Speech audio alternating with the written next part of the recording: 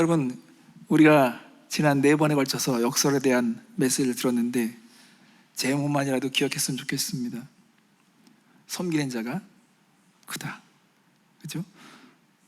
온유한 자가 땅을 차지한다. 죽어야 열매 맺는다. 지난주에는 가치는 숫자로 측정되지 않는다.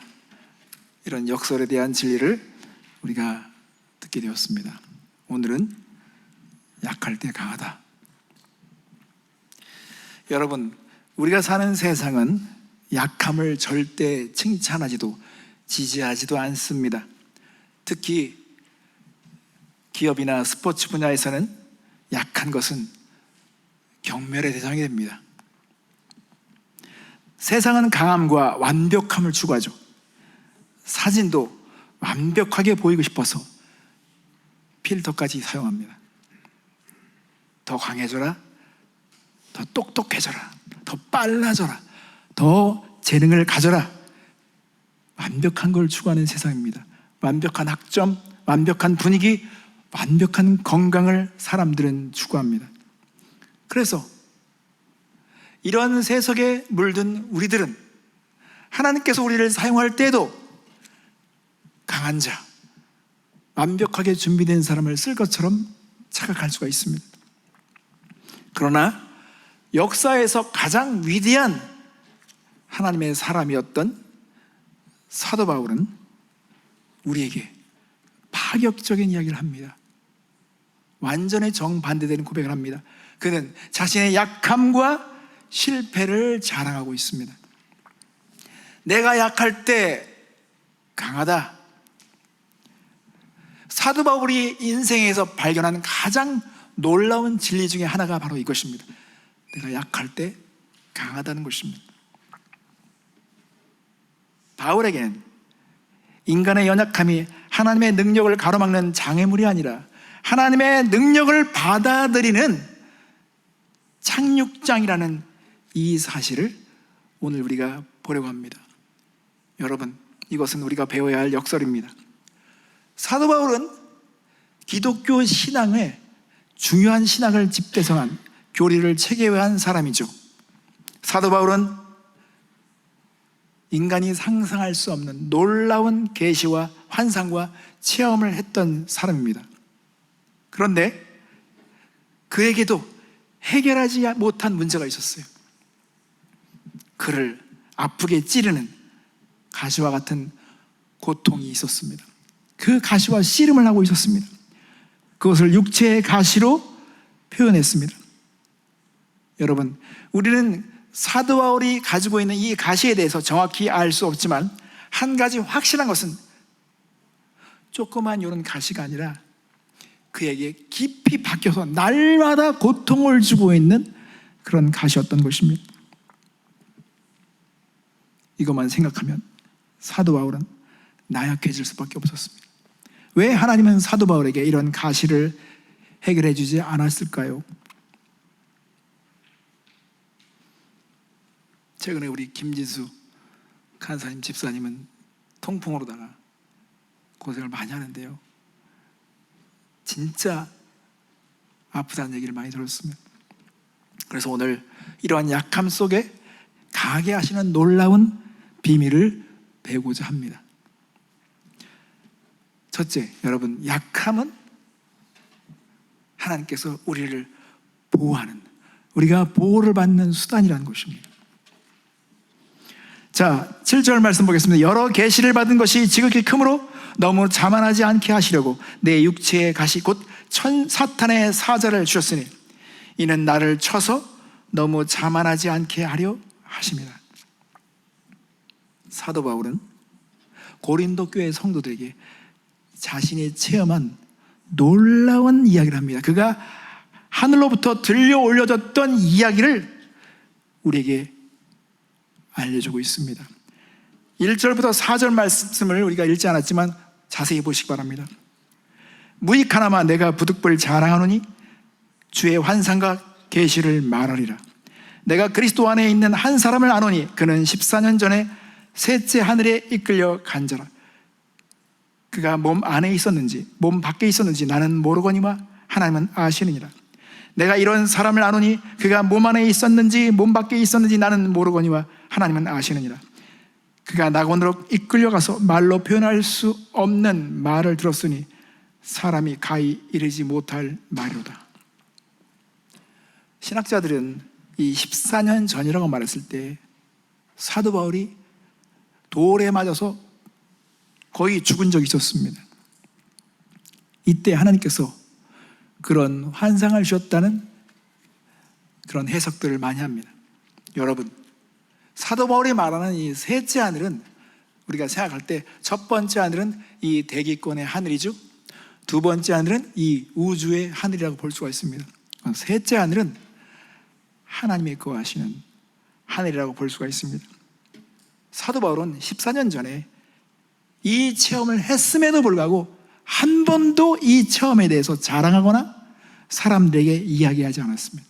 왜냐하면 사람들은 이것을 말해도 이해하지 못하며 그것이 유익이 되지 못한다고 판단했기 때문에 사도 바울은 지금 이것을 이야기하더라도 자신의 체험을 얘기하는 것이 아니라 제3자가 체험한 것처럼 표현하고 있습니다.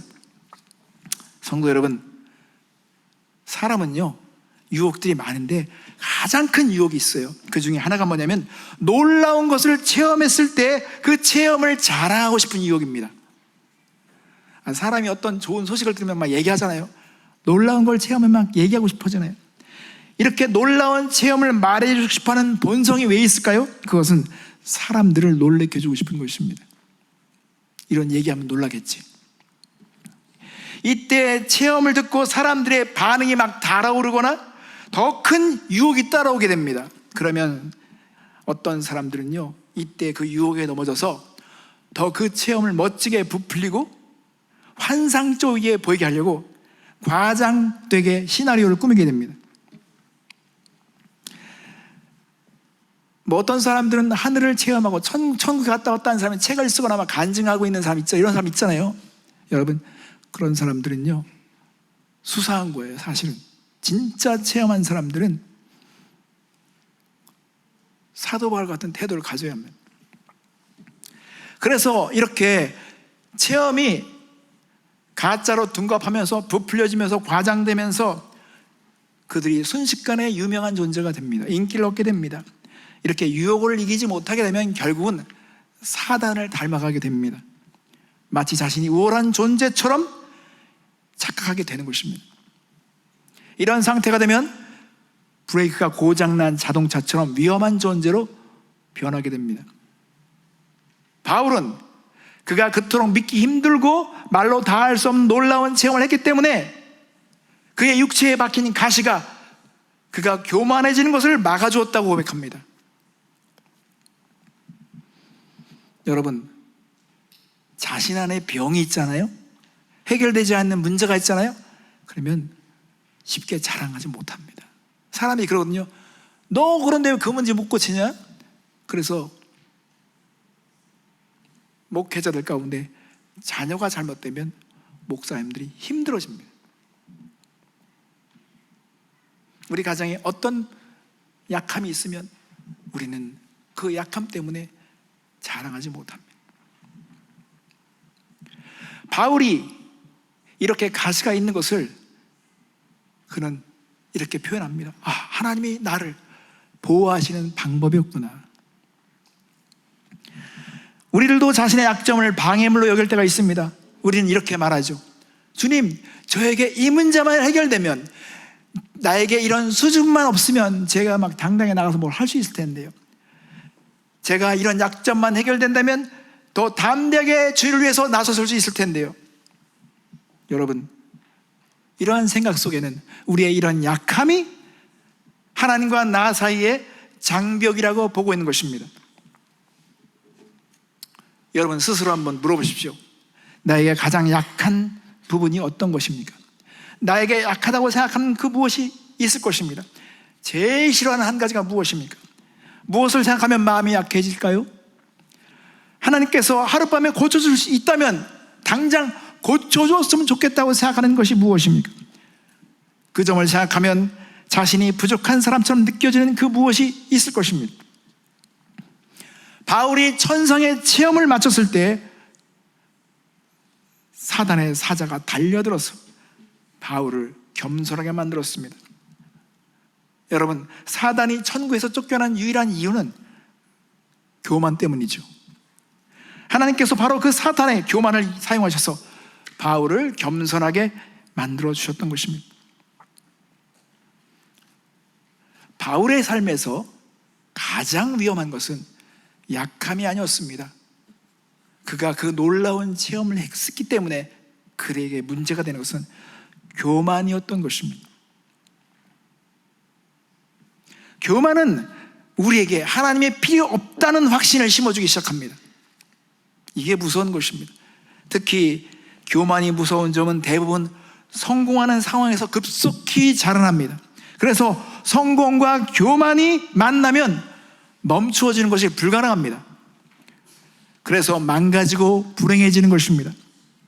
성경은 이러한 교만에 대해서 경고합니다. 잠언 16장 18절 말씀을 보겠습니다. 교만은 패망의 선봉이요 거만한 마음은 넘어짐의 앞잠이니라.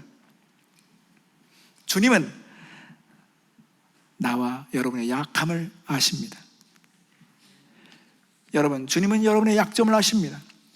그러므로 주님의 은혜로 주님께서 여러분 안에 허락하시는 그 가시들과 약함들을 통해서 여러분들을 보호하고 계신다는 것입니다.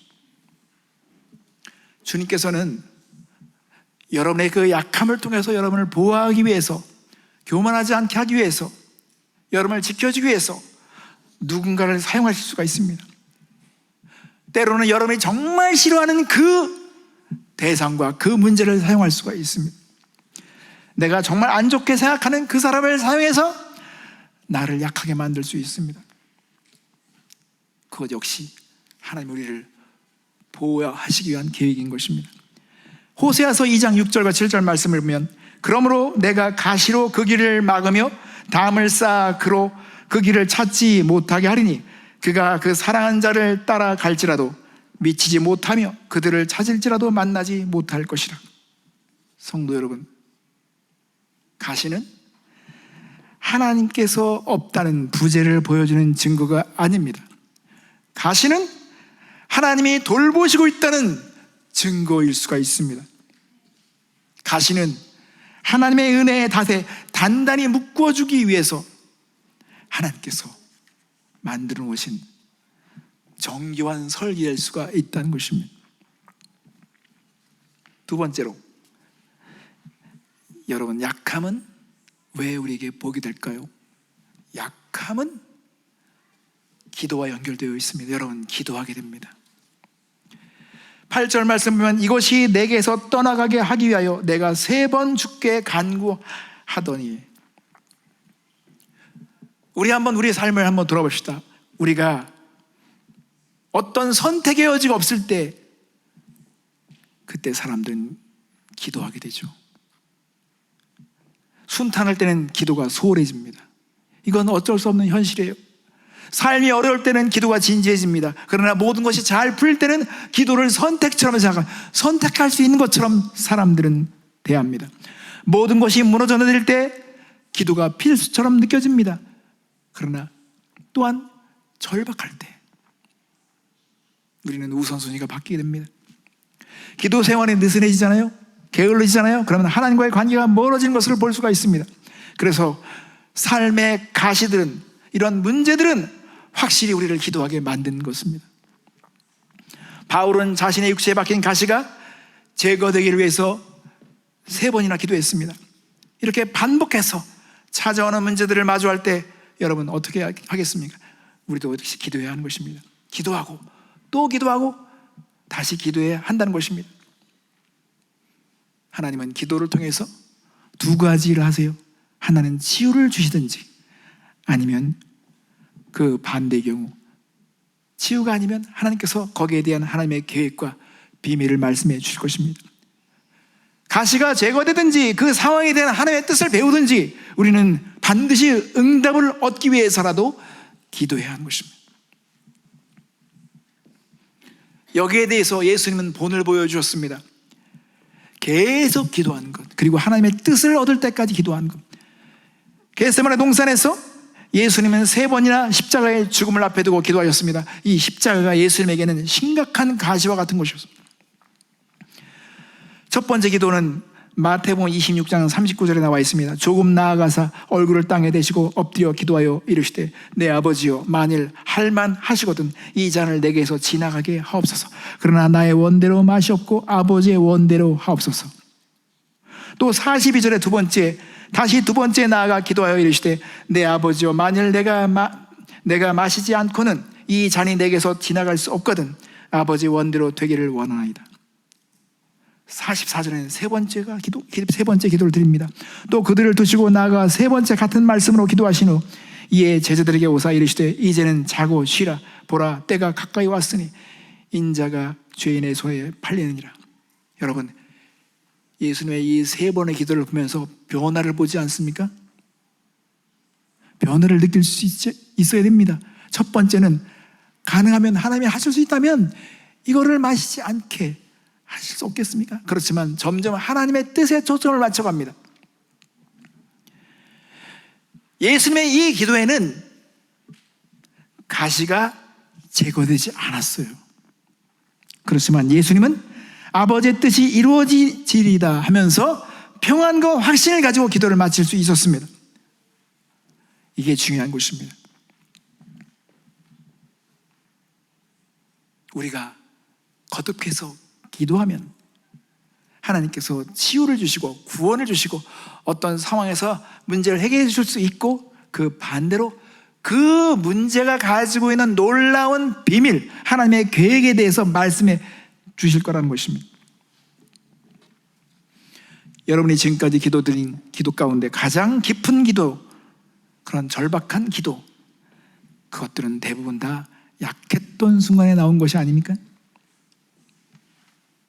심각했던 그 병실에서 의사가 예상하지 못한 진단의 소리를 들었을 때 경제적인 압박, 가족의 위기, 가슴 아픈 일, 이별, 실망, 답이 없는 질문, 그런 순간들은 여러분, 그것이 우리에게 거룩한 땅이 될 수 있는 것입니다.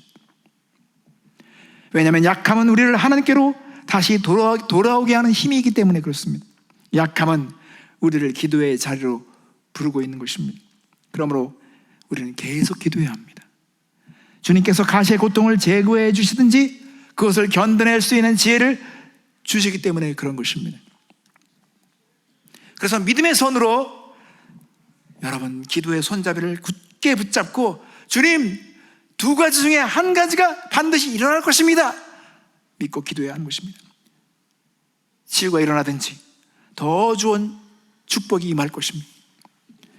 하나님의 치유와 역사가 임하든지 아니면 더 높은 차원으로 사도 바울을 이끌어 갔던 것처럼 우리를 끌어올려 하나님의 음성을 듣게 하실 것입니다. 약함을 통해 하나님의 어떤 축복된 일을 하시기 원하시는지 알려주실 것입니다. 응답이 올 때까지 기도해야 하는 이유가 바로 이런 것입니다.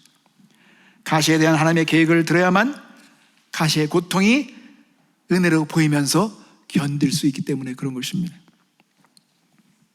세 번째, 여러분 이게 더 중요합니다. 약함은 특별한 은혜를 경험하게 하는 것입니다. 자, 9절 말씀 보겠습니다. 나에게 이르시기를 내 은혜가 내게 족하도다. 이는 내 능력이 약한 데서 온전하여 짐이라 하신지라. 그러므로 도리어 크게 기뻐함으로 나의 여러 약한 것들에 대하여 자랑하니 이는 그리스도의 능력이 내게 머물게 하려 함이라. 성도 여러분, 하나님은 사도 바울이 이 가시에 대한 문제를 간절히 구했지만 예스라고 하지 않았습니다. No, 거절하셨습니다. 하지만 하나님은 그보다 더 좋은 말씀을 주셨다는 것입니다. 하나님은 내 은혜가 내게 족하도다. 내 능력이 약한 데서 온전해지느니라 라고 말씀해 주셨습니다. 성도 여러분, 하나님의 능력은 라디오의 주파수와 같습니다. 이 주파수가 있습니다. 이건 항상 존재해요. 여기도 지금 주파수가 존재하고 있습니다. 정상적인 라디오는요, 주파수 맞추면 소리를 듣게 되어 있습니다.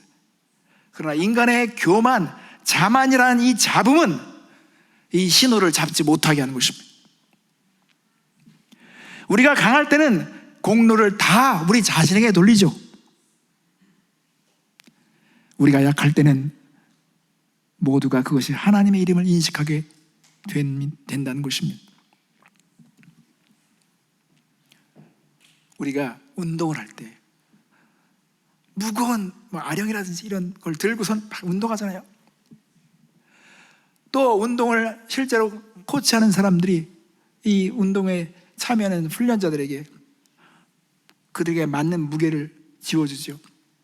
너무 쉬워요, 아예 가벼워요, 이건 도움이 안 되기 때문에 아주 무거운 것을 그들에게 들도록 합니다. 왜 그럴까요?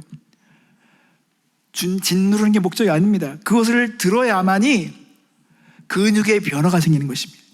정말 멋진 근육을 원한다, 탁월한 근육을 만들어내기 원한다, 그러면 근육이 찢어지고 파열되는 걸 경험해야 하기 때문에 그 짓누르는 것을 우리가 경험해야 합니다. 그런 고강도 훈련이 프로그램이 있어야 되는 것처럼 여러분, 사도 바울은 자신 안에 있는 이 약함과 이 가시가 바로 하나님의 그런 특별히 설계된 계획이라는 걸 알게 되었습니다. 그래서 태도가 바뀐 거예요. 그러므로 도리어 크게 기뻐함으로 나의 여러 약한 것들에 대하여 자랑하니 이는 그리스도의 능력이 내게 머물게 하려 함이라. 이것은 억지가 아닙니다. 정말 깨달은 마음에서 나온 고백인 것입니다. 내 약함이 하나님의 능력을 끌어당긴다면 내 약함은 사실은 나의 가장 큰 경쟁력이라는 것이죠. 하나님, 나의 약함이 이렇게 하나님의 능력을 입는 것이라면 이것은 특권이죠. 완벽한 사람에게는 은혜를 받을 여지가 없습니다. 그러나 깨어지고 부서진 사람들은 은혜를 끌어당기는 자석과 같은 힘이 있습니다. 바울은 기도의 목적이 하나님께서 우리에게 도움을 주시는 것이 아니라 하나님의 자신을 우리에게 주시는 거라는 걸 깨달았습니다. 와, 기도의 목적은 내가 어떤 문제를 해결하는 것이 아니라 하나님 자신을 내가 갖는 거구나. 여러분, 하나님이 어떤 걸 주는 것, 그 주는 것을 받는 것보다 하나님 자신을 소유하는 게 얼마나 큰 복일까요? 하나님은 저와 여러분에게 이렇게 말씀하십니다. 잘 들어보십시오. 너는 내가 고통을 없애고 문제를 해결하고 그 상황에서 너를 구해주기를 원하지만 그것이 내게 필요한 것은 아니다. 너에게 필요한 것은 바로 나 자신이다. 내가 벗어나고자 하는 바로 그 문제, 내가 빠져나고자 하는 바로 그 상황이야말로 내가 나에게 말을 걸고 나와 시간을 보내며 나에게 의지하게 만드는 원인이다. 내가 약할 때 내가 더 강해질 것이다. 왜냐하면 나에게 힘을 얻는 것 외에는 다른 선택의 여지가 없기 때문에 그렇다. 내가 약할 때 내가 더 잘해낼 것이다. 왜냐하면 내가 나에게 의지해야만 하기 때문이다. 그래서 여러분, 지혜로운 사람들은 고백이 변합니다. 주님, 알겠습니다. 내 육체의 가시가 주님을 더 얻는 것이라면 저는 그 가시를 품고 갈 수 있겠습니다. 지금 그 사람이, 그 문제가 내 육체의 가시라면 포기하지 않고 끝까지 가겠습니다. 주님이 세상이 제안하는 방식으로 그 문제를 해결하지 않겠습니다. 대신 그 문제 안에서 자랑하겠습니다. 그것이 주님께서 저를 주님께 가까이 오게 하는 방법이기 때문에 저는 그렇게 할 수 있습니다. 제가 주님께 가까이 있을 때 주님의 능력이 제게 드러날 것을 믿습니다. 그래서 사도 바울은 10절 말씀에 이렇게 고백합니다. 그러므로 내가 그리스도를 위하여 약한 것들과 능욕과 궁핍과 박해와 곤고를 기뻐하노니 이는 내가 약한 그때의 강함이라. 바울의 그의 살에 박힌 그런 괴롭히는 가시를 지금 기뻐하고 있는 것입니다. 놀라운 변화죠. 우리도 이런 고백에 변화가 일어나야 합니다. 약한 그때 우리는 강해진다는 것입니다. 제가 우리 제임스가 어렸을 때, 아주 어렸을 때 본인이 막 힘 있는 것 같은 거를 좀 과시하고 싶고 그런 것들을 증명하고 싶고 그런 것들을 좀 체험하고 싶을 때 저에게 씨름을 하자고 제안할 때가 있었습니다. 그러면 제가 씨름하면 제가 어떻게 해야 될까요? 막 하는 척 하다가 갑자기 팍 제가 쓰러집니다. 그래서 막 이렇게 본인의 힘으로 저를 넘어뜨린 것처럼 만들었습니다. 그러면 얼마나 뿌듯해요. 엄마한테 가서 이겼어. 여러분, 이게 하나님의 심정인 것입니다. 하나님은 우리에게 힘을 실어줘서 우리 힘으로 한 것처럼, 그런데 그거는 우리가 막 강하고 나 할 수 있어 그러면 하나님께 도와줄 수가 없어요.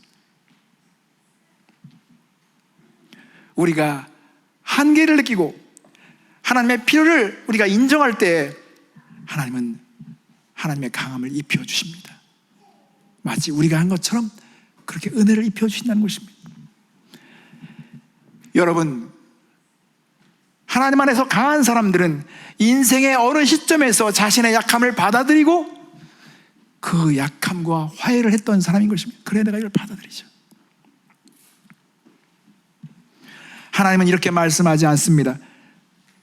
내 재능은 너의 재능 안에서 온전해진다. 내 재능은 너의 자신감 안에서 온전해진다. 내 재능은 너의 성취 안에서 온전해진다. 여러분, 그렇게 말씀하지 않습니다. 하나님은 내 능력은 너의 약함 속에서 온전해진다. 내 능력은 너의 약함 속에서 성취된다. 여러분, 약함은 하나님을 위한 자리를 남겨주는 것입니다. 놀라운 사실은 약함은 예수님이 드러나는, 이 예수님이 가장 밝히 드러나는 것이기 때문에 여러분 강해지는 것입니다. 드러남으로 강해지는 것입니다. 만약 하나님께서 여러분에게 이렇게 질문하신다고 생각해 보십시오. 만약 그 고난이 하나님의 능력을 드러내는 도구라면, 드러내는 무대가 될 수 있다면, 만약 그 약함이 간증이 되고 있다면 어떻게 하시겠습니까? 만약 여러분의 약함이 여러분의 능력을 드러내는 것이 아니라 하나님의 능력을 드러내기 위해 사용하는 것이라면 어떻게 하시겠습니까? 예수님께서 가장 뚜렷이 보이는 것이 여러분 약할 때 가장 밝게 드러나는 것입니다. 우리는 항상 믿음의 본을 예수님으로 생각하죠. 여러분, 예수님을 생각해 보십시오. 예수님이 가장 약했던 순간을 보십시오. 그분이 거부당하시고 조롱당하시고 구타당하시고 십자가를 치실 때 약해 보였습니다. 십자가는 약한 것처럼 보였습니다. 패배처럼, 실패처럼 끝난 것처럼 보였습니다. 그러나 가장 약해 보였던 그 십자가가 세상에서 어느 때보다 위대한 능력으로 드러났던 것입니다. 겉으로 보기에는 약해 보이지만 그것이 죽음을 정복하는 통로가 되었습니다. 구원이 이루어졌습니다. 위대한 승리를 우리는 보게 되었습니다. 이처럼 우리의 약함이 하나님의 그 강함을 경험할 수 있는 통로가 되는 것입니다. 어떤 사람들은 그렇게 말합니다.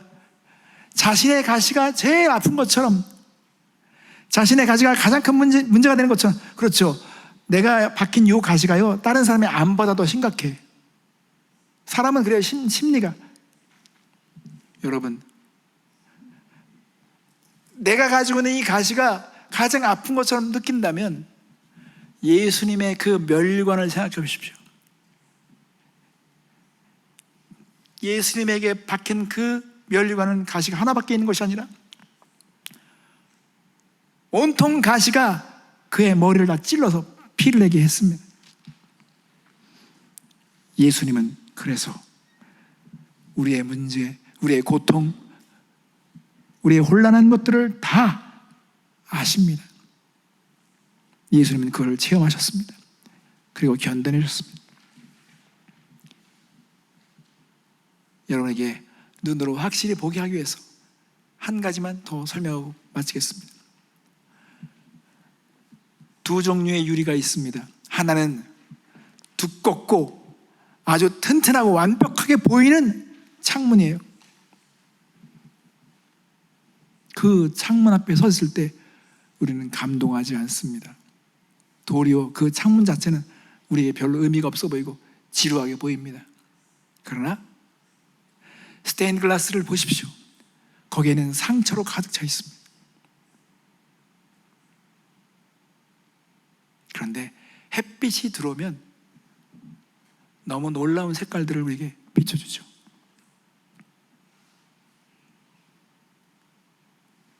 기타도 그 나무가 오묘한 소리를 내는 것들은요, 상처가 많은 나무들입니다. 여러분의 약함과 고통의 가시는 여러분이 결함 있는 존재로 남겨두지 않을 것입니다. 은혜의 걸작으로 만들고 싶어 하시는 것이 하나님의 계획인 것입니다. 그래서 약함이 강합니다.